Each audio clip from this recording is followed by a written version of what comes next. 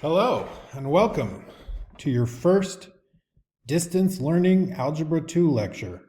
This is to help you complete assignment 15 on substitution and elimination.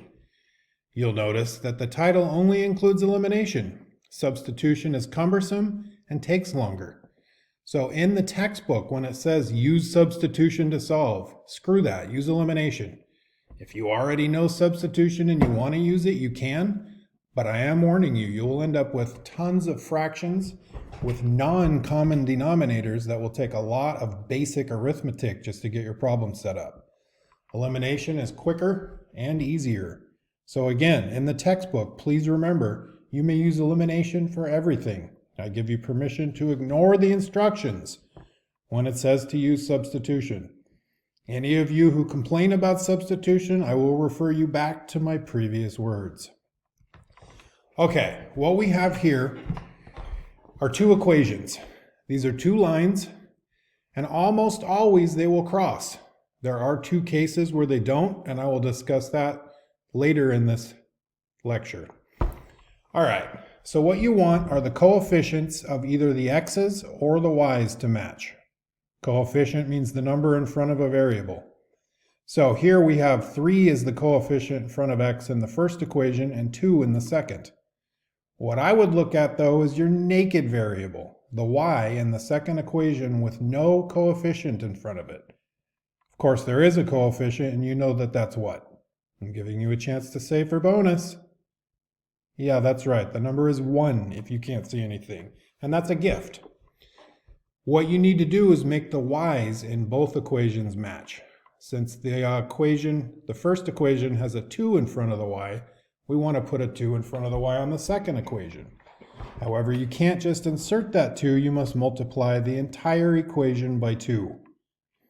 So, 2 times all 3 things in there looks like that. Now we take that equation and stack it underneath the other one. Then we have to decide, would addition or subtraction make those y's disappear? And clearly we see here that adding the two equations makes the y eliminate. Negative 2y plus 2y is 0y. The x's become 7x, and minus 9 plus 2 is minus 7.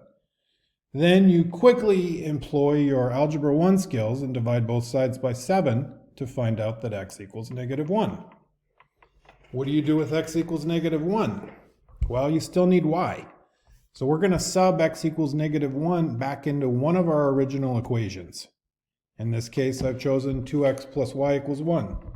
You could have chosen 3x minus 2y equals negative 9. That would work as well, but I went with the equation with the smaller numbers. All right, solving that equation shows that y equals 3, and now we know that these two lines cross at the point negative 1 and 3. That is the solution of these two lines. Pretty straightforward. However, I'm now going to move to an example where you have to multiply both equations by something. Here we multiplied just 1 and got the y's to match up. In these two equations, we don't have a naked variable. There are numbers other than 1 in front of all 4 of your x's and y's. So, you look at your x's, you have 6 and negative 5, versus your y's, which have negative 5 and 4. Since negative 5 and 4 are smaller, I choose to try and make those match up. Now this is wicked easy. Multiply one of the equations by the coefficient of y in the other one. In other words, you have a negative 5y in the first equation, so you're going to multiply your second equation by 5. Or negative 5, it doesn't really matter, it just makes it whether you add or subtract in the next step. So, if we multiply this equation by 4, the number in front of y on the other equation, and the second equation by 5, the number in front of y on the first equation, once you multiply those through, you will see that we now have 20y in both equations. So, we stack one of the equations under the other one and decide whether we add or subtract. Opposite signs mean add, same signs mean subtract. Since we have a negative 20 and a positive 20 in this equation, those are opposite signs, and we're going to add. 24x plus negative 25x is negative x. And then negative 224 plus 235 is like what, 11? Divide both sides by negative 1 to find out that x equals negative 11. Then we sub that negative 11 back into any of our original equations. I chose the smaller one again. We sub negative 11 in, and we start our solving process to find out that y is negative 2. Now we know the solution of the point where these two lines cross. Okay, I referred earlier to different scenarios that may result. So, if I were you, I would pause this video at this point and try and solve all three equations. Don't worry, I'll wait. Okay, so walking through our solution method, we get both x's to line up this time. We go through our stacking and eliminating x's. We find out what y is. We sub y back into an original equation and solve for x. There you go. Easy peasy, lemon squeezy. We now know the solution is 5 and negative 20.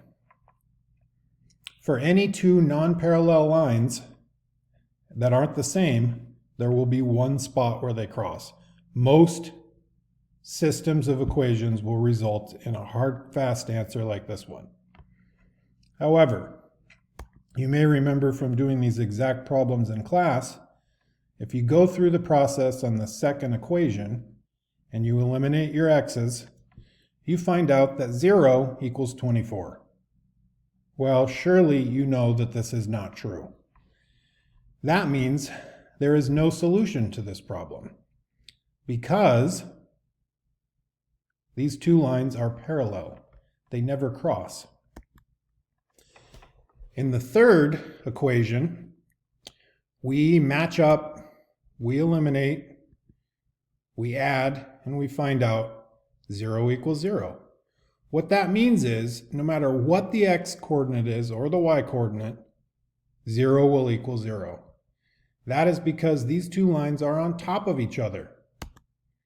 There are infinite solutions. These are the same line, so every point on either line is also on the other line, and we have infinite solutions. Those are your three possibilities. One hard and fast correct answer, or some nonsense that means the lines are parallel, and thus there is no solution because they don't cross, or it's one line on top of itself, and all points are solutions.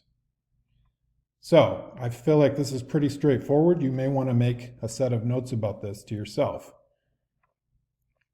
Now, that is the end of what you need to do this assignment. However, I have included a bonus problem in this slide, well, one of the slides to come, that has 3 equations with 3 variables. We have been working 2 equations with 2 variables. So if you're looking for a chance to bring your grade in the class up a couple %, tackle this problem. Well, not this one exactly. I'll show you this as an example. Now, if you were to finish the bonus problem I'm going to show you in the next slide, I will give you points. If you don't finish, but you show hard work and get the wrong answer, I will give you some bonus for that as well. All right, our goal here is to eliminate the same variable when pairing 2 of these equations together. Let me give an example. If we multiply the first equation by 3, we will have a 3x. And you'll see in the black equation, we also have a 3x. So if I stack the red one under the black one and subtract, we get rid of x.